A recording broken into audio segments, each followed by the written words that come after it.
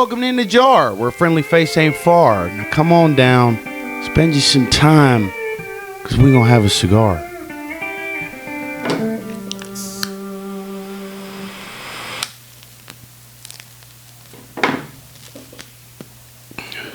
This is a nice one. It's got the little spirals on there. Shout out Cigar Therapy down there in on Bell Road, brother. I go there every week to get these cigars, and struck up a relationship with some of the fellas over there. So obviously quality smoke to start the episode. First deal. Kirk Cousins signing a 4-year deal with the Atlanta Falcons per Mike McCartney. ATL finally has their QB1. And he's wearing a 12 in this picture, but he's going to be number 18. And there was a lot of talk whether Kyle Pitts would take that number 8 number or jersey number, or whether Kirk Cousins would continue his legacy as number 8. And it's clear that he's yielding to a fellow that's been there a little bit. And we'll get into it on the show, man. There's a lot of free agency moves that we have missed since the last shoot, so we're going to get caught up on all of those. But this is the big story, right? The running back market's been the hottest. The receiver market's been hot. A lot of defensive players moving around, but Atlanta finally has what seems like their guy. So it'll be interesting to see whether Kirk Cousins flourishes now that he supposedly has all the right pieces in line, right? He's got Bijan Robinson back there. They signed Darnell Mooney from the Bears and a couple of other pieces that we'll get into later. But, I mean, Atlanta fans got to be fired up. You know, they jumped all the way up to favorites in Las Vegas to win the NFC South this year, and why wouldn't they? Now, I will say the New Orleans Saints have signed a couple pieces themselves, particularly on defense, that could prove problems for their opponents in the NFC South. Next deal. So, Russell Wilson, we missed this a week or two ago. Russell Wilson is going to sign with the Pittsburgh Steelers. He already has. And in the meantime, we also saw them acquire Justin Fields. So this year, the Broncos are going to be paying Russell Wilson $48,517,647. And they're going to be paying him that through 2028. I'm going to stand on that hill. I'm going to die on that hill. It's one of the worst deals that I've ever seen an NFL organization make. Denver Broncos signing him to $161 million guaranteed. Now, Justin Fields, he's going to be making about $1.2 million with Pittsburgh this year. I don't know how much the Bears are going to be paying him, if anything. So it's kind of a pressure cooker situation for old Russ. It's like, all right, we got this young gun that's going to push you in practice, and if you start fucking up, hey, man, we know he can come in to get the job done. Now, on the other end of the spectrum, it's kind of a waste to not have Fields in a starting quarterback position, just based on the plays I've seen the guy make. I think Justin Fields is arguably more promising than Russell Wilson, at least if you look at age and you look at what the two have accomplished respectively in recent years. Now, I was talking Russ up a lot episode before last, and I'll stand on that too. He had a much better season, right, with Denver this past football season than a lot of folks give him credit for. Is he worth the money they paid him? Well, now that's a fact. He's not. They didn't get a single snap on that guaranteed money. But I think that his performance is severely, at least this past season, his individual performance is severely undervalued. Now, the job of a quarterback is obviously to corral a locker room. The job of a quarterback is to elevate the play of those guys around him. And the Broncos' team performance didn't necessarily reflect those qualities. Now, I understand you can lead a horse to water. Can't make him drink. So it'll be interesting to see how this dynamic goes, whether, Russ has a couple shitty games and they throw Justin Fields in there. I'll be interested to see if they implement a few different sets, right? Packages, offensive packages, personnel packages with Justin Fields in the game, maybe a wildcat type of deal. But, golly, the boy's a threat to throw the ball too, man. I don't know. It'll be interesting to see how they utilize these two guys. Because, like I said, it would be a complete waste this season and beyond if Justin Fields doesn't get some in-game reps. The guy is too much of a playmaker. I talked to a Bears fan out in public the other day. Well, not the other day. It was about a month ago. And the man was he was wearing all Bears gear. And he was just saying, golly, man, I hope they don't trade Justin Fields. That boy the truth. And I think I side with my boy on that. I think he is the truth. And it took a while for him to really blossom as a player, as a quarterback. But that guy can make plays out of nothing. And that you can't teach. So, what did the Bears trade and what did the Steelers get? The Bears are trading Justin Fields for a 2025 sixth-round pick that goes to a fourth-round pick based on play time. So there's a lot of – these are really confusing, these trade stipulation, these contracts. But basically, one guy has to play a certain amount in order for that sixth-round pick to convert over to a fourth-round pick. And it's about as simple as that. So, yeah, the sixth-round pick turns into a fourth-round pick depending on how much Justin Fields plays. So, I don't know if there's any incentive in that for the Steelers or not. But, like I said, if they throw him in a certain amount of packages offensively, I think it'd be a shame if the guy didn't get reps.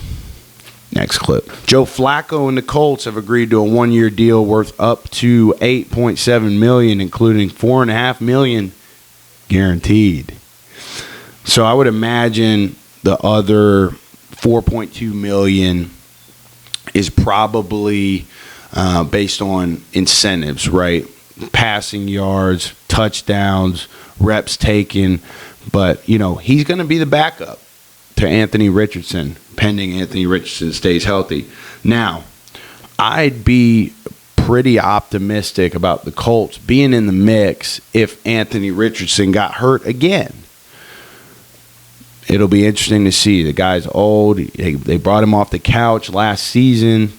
He plays good football for the Cleveland Browns, gets him into the playoffs, all of these different things. So I think this guy earned a lot of this money in the last 4, 5, 6, 7 weeks of the season last year. So that's news for sure. Joe Flacco is elite. Next deal. Saquon Barkley reached an agreement with the Eagles on a 3-year, $37.75 million contract that could be worth up to $46.75 million and includes $26 million fully guaranteed at signing. So, and that's from Adam Schefter. So I wonder if that $26 million hits his bank account the second he signs. I can't imagine that being the case. I doubt even NFL organizations have that much cash on hand, but you'd be surprised. There was a lot of backlash this week Well, not a lot, just backlash from one human. Former Giants running back Tiki Barber on Saquon Barkley joining the Eagles. You're dead to us, Saquon. Good luck. You're dead to me. Saquon responds, "You've been a hater since I got to New York, and all the dead to me talk. Don't smile in my face when you see me." NFL Twitter reacted to this as free agency unfolded. Lamar Jackson tweeted his now former teammate Hollywood Brown when he signed with the Chiefs, mocking this quote, saying, "You're dead to me, Hollywood. You're dead to me."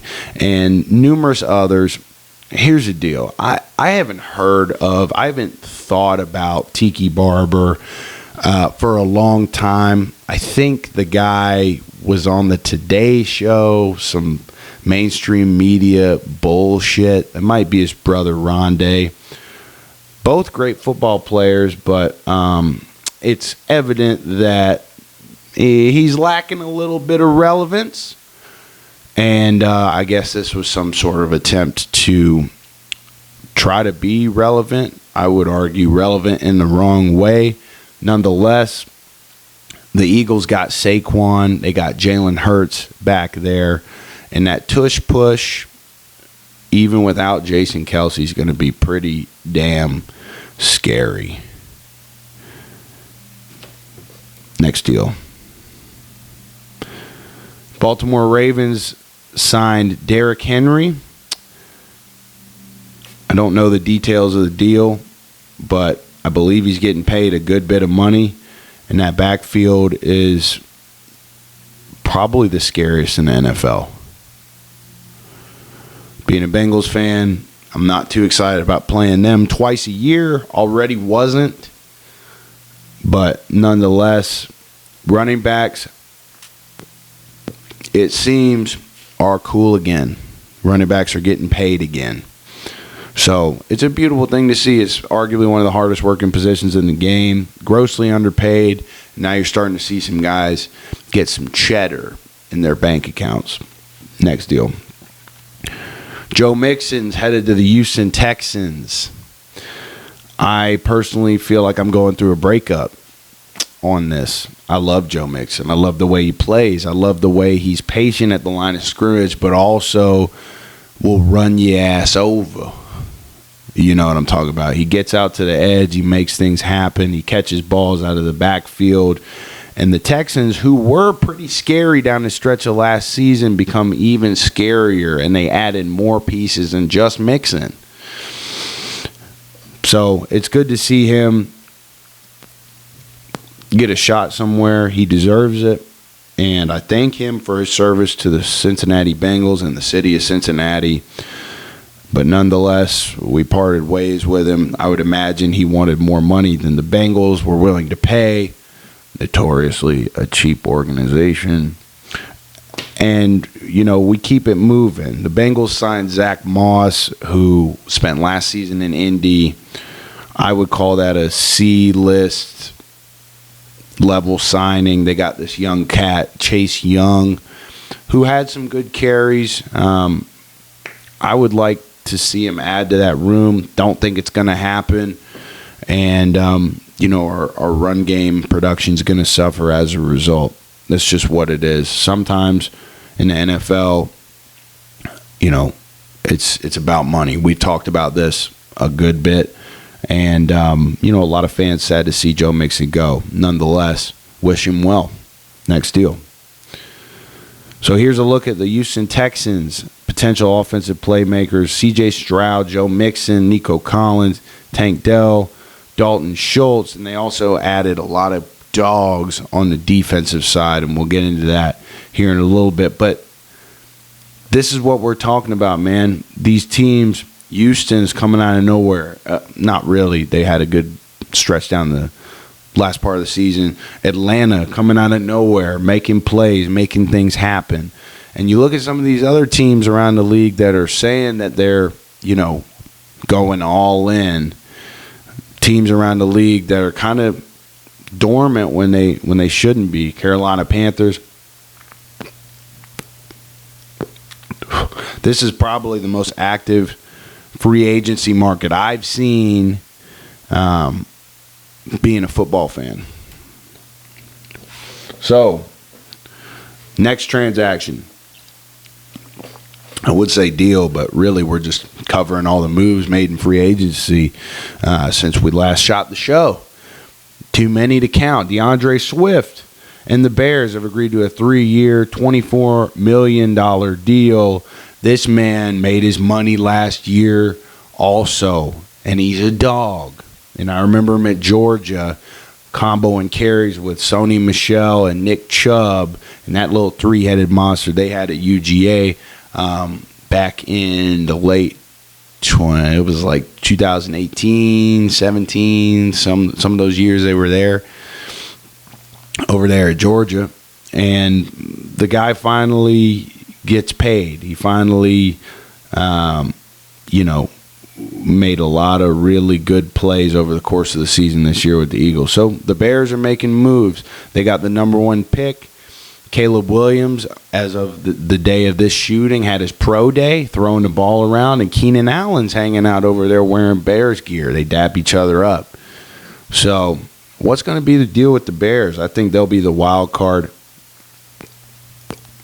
contender in the NFC North. You've obviously got the Lions raining down on things, and the Packers making a couple moves. The Vikings getting Aaron Jones as a result of that. And I think the next clip. Tony Pollard agreed to a 3-year, $24 million deal with the Titans.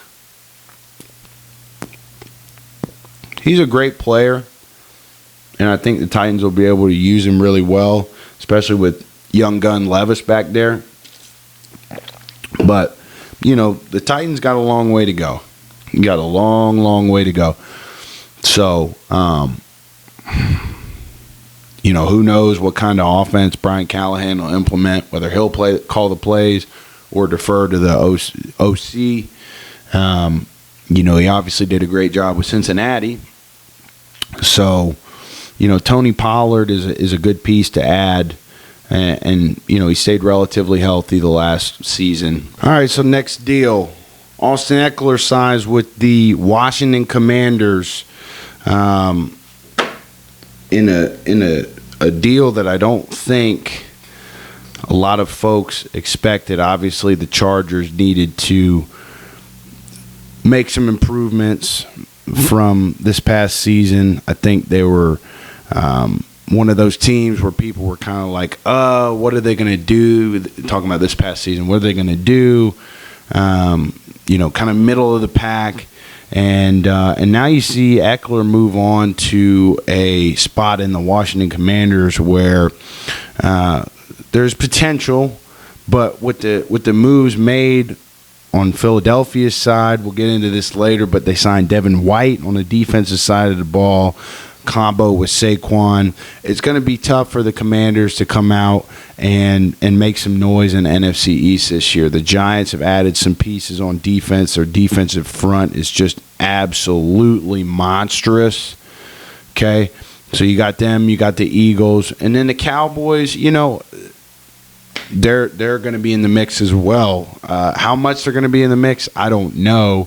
It's evident that a lot of folks are speculating on whether the Cowboys have made enough moves in this hot free agent market right now.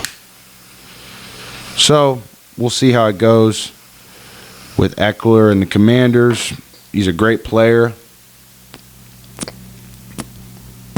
And if they use him the right way, might be able to make some noise. Next deal. Aaron Jones signed with the Minnesota Vikings after the Green Bay Packers let him know that they were bringing in Josh Jacobs to take on the running back duties. So Aaron Jones stays in the division, stays in the NFC North. It'll be interesting to see how much different the looks he gets will be with Minnesota as opposed to with Green Bay. But obviously some moves are playing off of others. So it's, he found a place to play ball, and he deserves that. He's top middle to upper middle echelon of running backs in the NFL, I'd say. And right there on the cusp of that is old Josh Jacobs. Struggle with some injuries, struggle with some coaching deficiencies, I'd say, with Josh McDaniels in Las Vegas. And the guy's still a stud. He still plays good football, runs hard, and he's a big, big piece for any offense. So now you got him back there with Jordan Love. And it's hard to say, how much higher or similar the production will be with, between Jacobs and Jones. We're going to see them face off against each other twice a year. So, with all that being said, Josh Jacobs is back there taking running back duties for the Green Bay Packers up there in the cold, boy. He's going to have to accustom himself to that winter in Green Bay as opposed to a winter in Las Vegas, Nevada. Jasper, come here. Come here, buddy. Come here. Come here. You can get up on the camera? He's shy. Come here. There he is. This is Jasper. Say hi to the pod. Say hi to the pod. Yeah. Okay. Okay. And Lucy.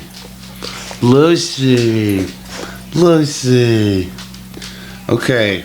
So we got the hounds in here. You're a good dog. You're a good dog. You can't be on the show anymore because I have to have the door closed. I have to have it closed. You can't be on the show anymore. You're a good dog. All right, let's go. All right, back to regularly scheduled programming. Next deal. I don't know how I feel about putting my son's face out there for the world to see. No, I'm just kidding. He's a dog. He's a dog. He'll be all right. Chargers signed Gus Edwards to fill that spot that Ekeler left open. Gus Edwards is a damn bell cow, boys. He's built good. He runs hard. And I remember watching that divisional game against Houston, Baltimore versus the Texans. It seemed like every time that fella touched the damn ball, he was getting 5 yards at least. He's a damn bell cow, dog. So it'll be interesting to see what he does playing ball in L.A. under old Jim Harbaugh. Next deal. Devin Singletary is headed to the New York Giants. Great player. Don't know if he measures up to Saquon. Hard to even compare somebody to Saquon Barkley. But nonetheless, the Giants fill that spot. It's kind of a trend, right? Like one guy moves, and the organization's got to find another guy to come in and fill that spot. That happened with the Bengals, and we talked about that earlier in Joe Mixon, where they signed Zach Moss right away, and they got that two-headed monster now, Chase Young, Zach Moss. So the Giants, do I think they're going to be a contender in NFC East? No.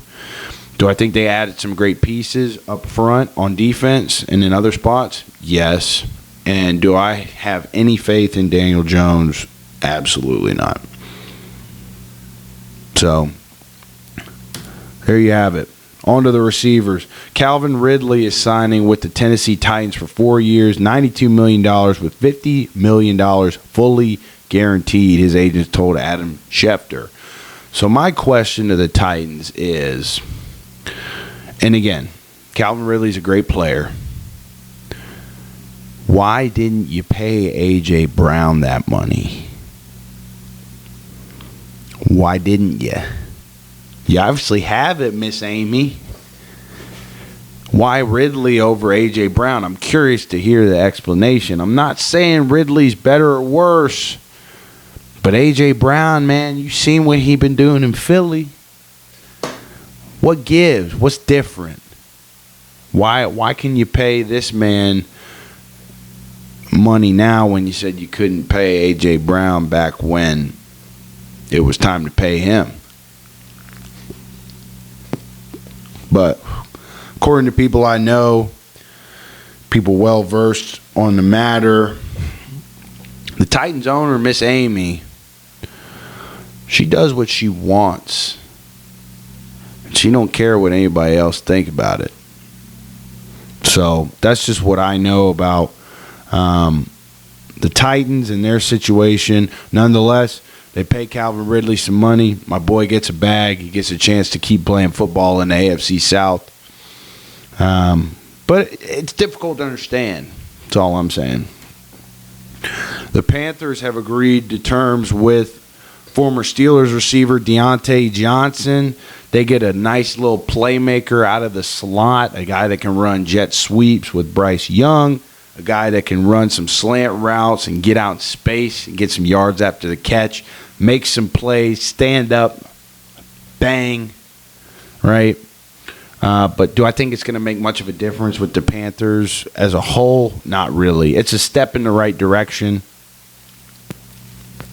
And we're going to continue to see Bryce Young develop into the quarterback that we know that he can be. Obviously, he got put in a more dire situation than a few of his counterparts. I think with C.J. Stroud, man, it just really started to come together for him. So here's a look at the Carolina Panthers' potential offense, right? Bryce at quarterback, Chuba Hubbard, who's not a bad back in there, a running back. Adam Thielen probably going to be in there at the X spot on an island out there catching contested balls. Try to get him in some one-on-one matchups. And then you probably put Dionte in a Z position where he's going to be in and out of the slot, catching screens, slant passes, seams, things like that. So are the Panthers making enough moves to warrant contender status? I don't think so. But they're taking a step in the right direction with grabbing an elite guy like Dionte Johnson. Next deal. The Broncos and Browns agreed to a deal that will send wide receiver Jerry Jeudy to Cleveland in exchange for 2 draft picks, sources tell Adam Schefter. So nice little wide receiver 2 piece to go along with Amari Cooper. Hopefully Deshaun Watson can stay healthy. He can stay out of the massage parlor. He can stay mentally engaged with the club. It seems like that whole scandal is kind of taking a toll on him, and he just didn't seem engaged this last year. So I know health problems can, kind of bring that out of guys sometimes. So it'd be really good for football if the AFC North was top to bottom competitive. I think with the moves the Steelers have made and the status of the Bengals and the Ravens, that the Browns are probably close to bottom of the barrel, if not, the longest odds in Vegas right now to win the AFC North. But with this addition, their offense might be, pretty solid. You keep Chubb healthy, you keep Deshaun healthy, and you add Jerry Jeudy along with the season Amari Cooper's had, which was exemplary in my opinion this past year, despite all the things going on in Cleveland. So I think it's a good grab for the Browns, and I think the AFC North being competitive is good for football. It's the best division in the land, and I do say that from a place of bias. But nonetheless, I always love hating on all the other members of the AFC North, but at the end of the day, I want them to do well over everyone else. It's kind of like the SEC for me. You know what I mean? Speaking of the AFC North, OBJ has been designated as a post-June 1 release from the Ravens. So, talking to him, seeing how things went down for the Ravens, it was kind of evident that OBJ was not going to return to Baltimore. And talking to him, he just kind of made it clear that the AFC North is different football. It's hard hitting. You come across that middle, you get stung.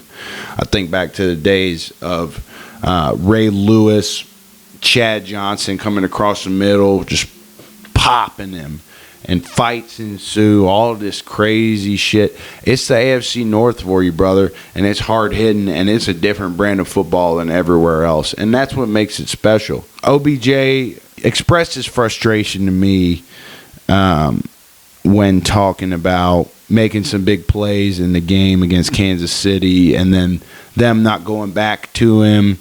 And, you know, he's in an interesting spot in his career. I think he's still at a place where he can produce for a team if put in the right offensive system with the right personnel to complement him.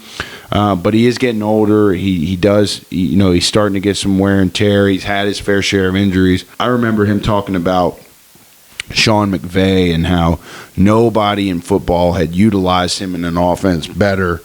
And, you know, you have to think, is a reunion probable? You throw him in there with Kupp, you know, you throw him in there with Nakua, and you kind of try to run it back. I don't know. I've seen the Chargers. I've seen the Jets. I've seen other teams. He told me that his dad's favorite team growing up was the San Francisco 49ers. So it'll be interesting to see where he goes next. In other news, Aaron Donald, arguably the greatest football player to ever live, definitely the greatest defensive football player to ever live, has retired from football. And congrats on a great career, brother. Great career. Super Bowl champ. Obviously, against my Bengals, he made that big play against Joe Burrow at the end of the game to close it out. And he did that thing where he says, ring me, defensive rookie of the year, 3-time defensive player of the year, 8-time first-team All-Pro, 10-time Pro Bowler, NFL 2010s, all-decade team. And it's just a beautiful thing watching a guy who's had the career he's had go out on his own terms. It's not as common as you think for a guy to go out on his own terms in football. Speaking of going out on their own terms, Cowboys, or now former Cowboys linebacker Leighton Vander Esch is retiring after 6 seasons per Todd Archer. And the reason I wanted to highlight this was because every time I watched the Cowboys on the defensive side of the ball, I was watching 55. Why? Because this guy plays the way I always wanted to play at that Mike linebacker spot. And I always lived vicariously through his play, man. He's sticking his hat down in there, finding the ball, fearless, hitting guys, covering when he needs to. And, you know, you see the cowboy collar. He's a classic, gritty, reliable defensive leader. And, again, hell of a career, brother. Great career. 6 years at the most violent position in the most violent game is nothing to neglect. That is a hell of a career. And again, it's beautiful to see a guy go out on his own terms. Next deal. Keeping it in the linebacker room, Devin White is signing a 1-year deal worth up to $7.5 million with the Eagles. Sources tell Adam Schefter. So he moves on from Tampa Bay to an organization with arguably a better chance of winning now. This guy had a hell of a career in Tampa Bay, some Super Bowls to go with it, and he's still got the purple and gold shoulder pads you see there in the right corner of the picture from LSU. Now, LSU's produced a lot of great backers in the current game. We'll talk about Patrick Queen here later, but Devin White making $7.5 million with the Eagles, I think, is a steal. With this guy, you get more than just athleticism. You get more than a great football player. You get more than veteran expertise. You get that presence there on that defense that younger guys can look to in tough times, right? I remember my season with Indy back in 2019, we had a left tackle by the name of Anthony Costanzo. And Anthony Costanzo was an OG. He was a veteran. He'd been in the league for a long time. He'd done it before. And due to his old age, he started getting hurt a good bit during that 2019 season. And I remember visibly noticing the play of that Colts offensive line, which was a bunch of young guns that were really good. Quentin Nelson, Mark Glowinski, Ryan Kelly. I guess Ryan Kelly's not really young anymore.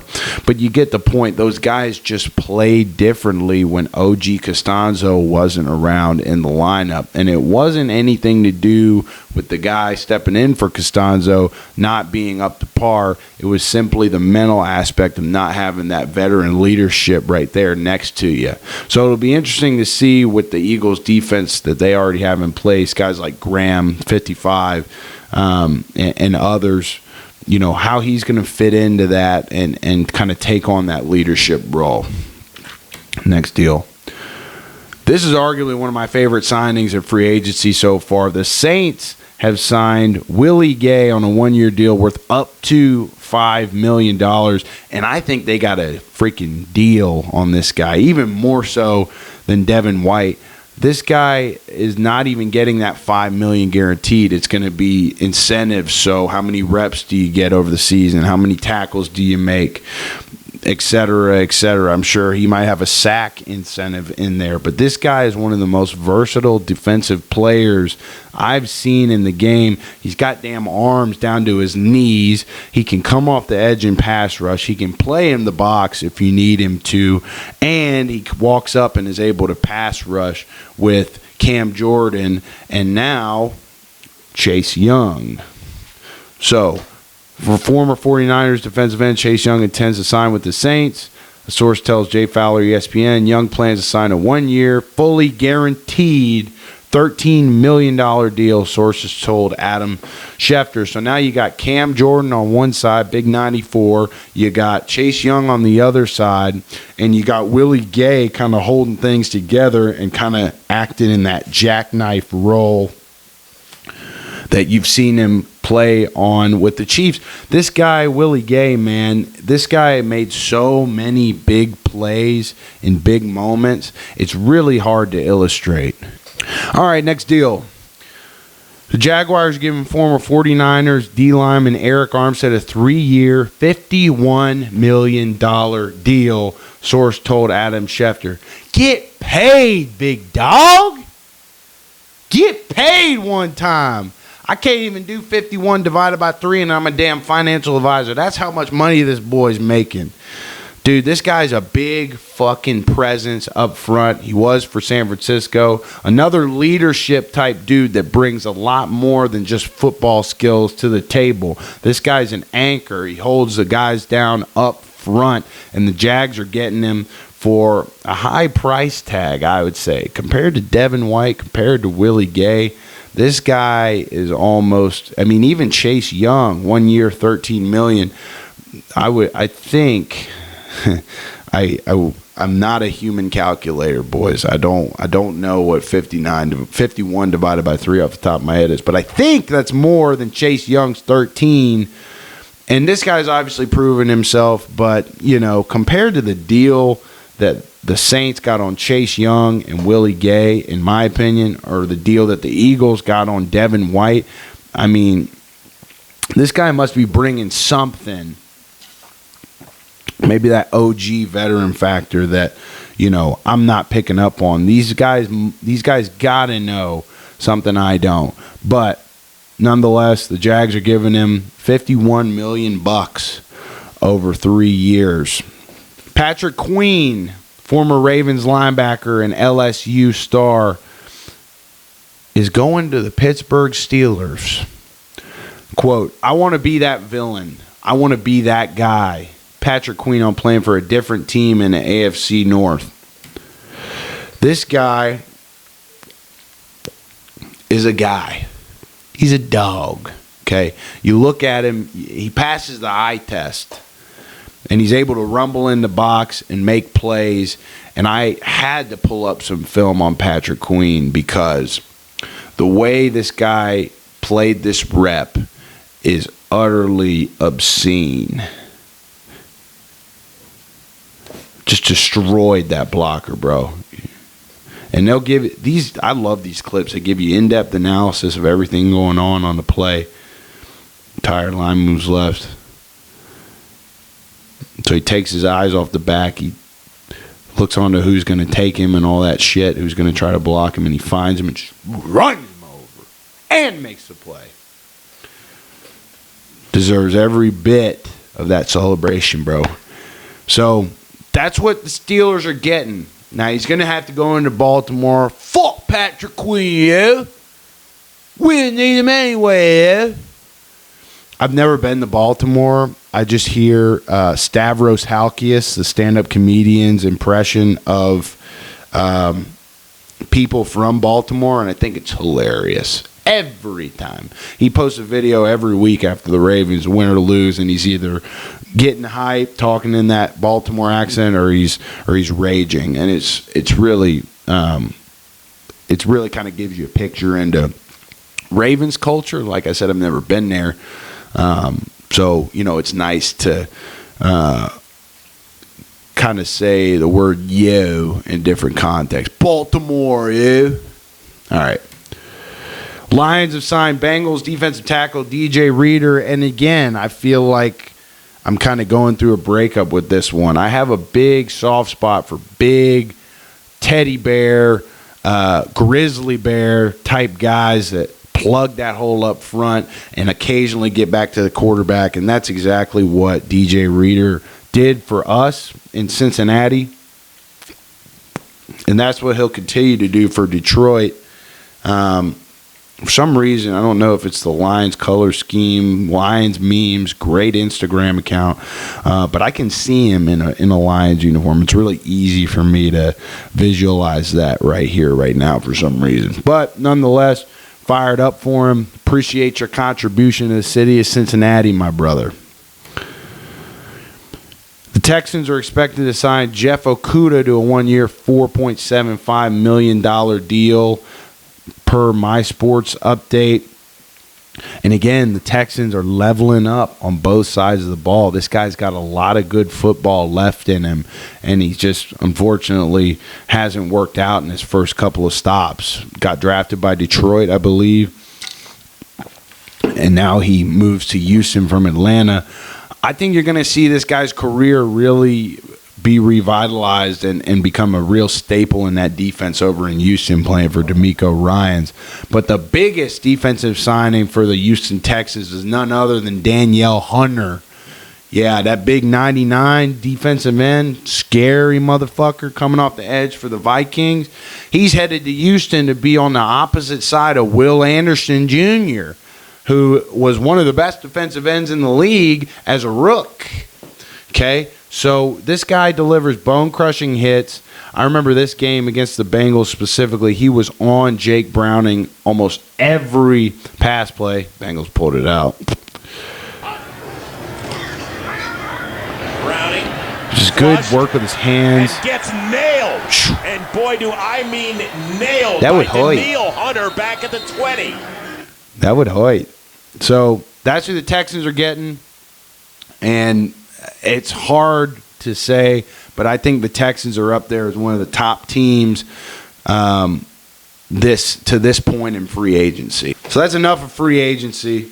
Spent the whole episode talking about it because there were so many moves. Got to talk about them and how it affects the landscape of the league. Something else that affects the landscape of the league, the 49ers have forfeited a 2025 draft pick due to accounting errors. It says, according to a statement from the NFL, a league review discovered payroll accounting errors at the end of the 2022 league year that resulted in a misreporting of the team's cumulative player compensation. So it was on the player side with payroll. The Niners will give up their original fifth-round choice in the 2025 draft and have their 2024 fourth-round selection moved from number 131 to number 135. So, seems like it was a mistake.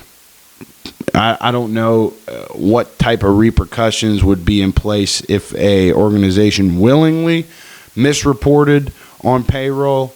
I know in the financial services industry, if you make a mistake like this, you got an entity like the SEC coming your way, right? So losing a draft pick, very unique to the NFL landscape as opposed to regular business operations, but the repercussions could be big. Look at the guys that San Francisco's gotten in the last few years in the 5th round of the draft. George Kittle, tight end from Iowa, 146th overall pick in 2017. He's done pretty well. Dre Greenlaw, linebacker out of Arkansas, 148th overall pick in 2019. He's a dog, other than coming off and on the sideline. Nonetheless, dog. And my favorite 49ers player, sometimes I like to hate on the Niners. It's just easy with people from San Francisco for some reason. But Talanoa Hufanga, he was hurt for a good bit of this year, but the guy, it seems like every time I tune into a Niners game, the guy's getting himself a pick, getting himself a turnover, laying himself a big hit. And how couldn't you, being a guy of his ethnicity with that type of name? I mean, when you're born Samoan, you statistically have a 7% better chance of making the NFL, boy or girl. So it's only like, this guy's a dog. He's going to have a great career playing safety. But these are some of the guys that they might miss out on making an accounting error. So I just thought that was an interesting story. Again, could be nothing, but I like talking about the business side of sports and paying players, or how they're paid. So that's kind of the deal there. To wrap up the free agency talk, here's Jerry Jones talking a little bit about the Cowboys' off-season plan. Would anticipate, with looking ahead at our key contracts that we'd like to address, we'll be all in. I would anticipate we'll be all in. I'd anticipate that we'd be all in. Dude, he's got the best molasses face ass Texas Southern accent ever. Hey, I'd anticipate that we'd be all in. I can't help but think, like, when a player comes in to meet with Jerry Jones, that it's just like kind of indirectly a little racist, you know? Just be like, well, son, you're playing some good football. I don't know. I shouldn't.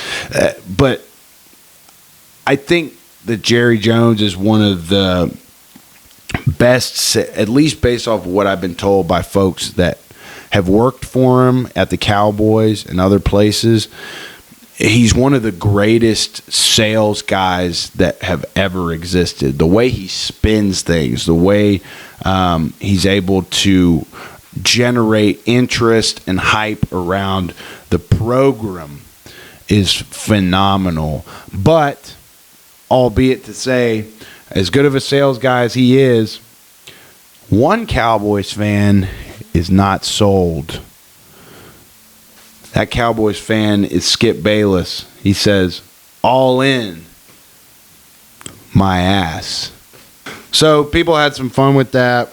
Somebody said that comma saved his ass, literally and figuratively. Another individual said that when they first read this, they thought of the Blink 182 song, All the Small Things. You can kind of put two and two together, reverse engineer that on in there if you want to. But yeah, I got 78 million hits. People were clowning it, as they like to with Skip Bayless. That's his character, right? That's his deal, and I respect him for it. You know, he's really he's been a pivotal sports media figure, for better or for worse, for a long time, and I think this might be one of the highlights of his Twitter career so far. And just the overall emotional approach he takes to Cowboys football. Every year they let him down, brother. Every year. And everybody else that's a Cowboys fan. So we'll move away from football. It is March. We're going to talk about some basketball here real quick. I was watching the ACC championship game the other night, and it was North Carolina State versus University of North Carolina, and there was a big fella on the screen, about 6'7", 280 pounds, and every single pound he held firmly. His name is DJ Burns Jr., and this guy is a specimen. Go back to my John Gruden days. Talk about a guy, man. This guy looks like he could be a good football player, man. I see him, and every time he gets the ball down to the post, I'm sitting here like, come on. And every time he'd put it up, and it would be a bucket. And this guy ends up winning the ACC Tournament Player MVP. He had like 15 points one night, 17 points another night, 19, 20. He's dishing assists. He even hit the first 3 of the season when they really needed it. And I'm just going to show y'all, you know.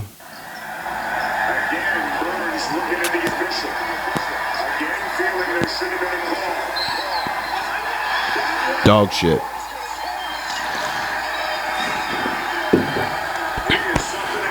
Dog shit. He's something else, boy. Sometimes I say dog shit, like that's dog shit, DAWG shit, like that's some shit a dog would do. But sometimes I think that it might be construed as the other way, where I'm saying like that's dog shit, like that's bad. It's not the case here. Look at this slow-mo replay of this same play. It's beautiful, brother. It's just bodying him and then finishing. This is the hardest frame right here. Let's go. That's fire, bro. So NC State's an 11 seed. I believe they got I think it's like San Diego State. I don't want to be wrong. Texas Tech. Sorry, y'all. So they got Texas Tech in the first round. I'm watching every NC State game from here on out. Every tournament game. I'm watching Kentucky. I'm watching my Sanford Bulldogs, which is my alma mater, 13 seed, playing the Kansas Jayhawks. And I'm watching NC State. And NC State and UK might meet in the round of 32. So it's March. We're talking hoops. I'm fired up because as of the day of this shooting, these games will start tomorrow. So Texas Tech and North Carolina State will already be over by the time y'all are seeing this. I got NC State. My money's going to NC State. That's not a recommendation. That's just my personal preference and my personal biased preference. So, next deal. We're going to wrap it up with some goofy clips today. I found, in the spirit of March Madness, a video of Unc from back in the day. Nephew, I'm getting shot. Let me get shot now. He me for real. Minus the alcohol. Nephew, boy, I ain't got them took no balls in about 86, 87. Let me see my 87?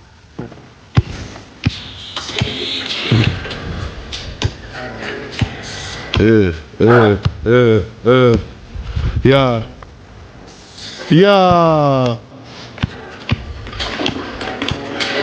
Yeah. A little hezzy. Yeah. Yeah. It's fire.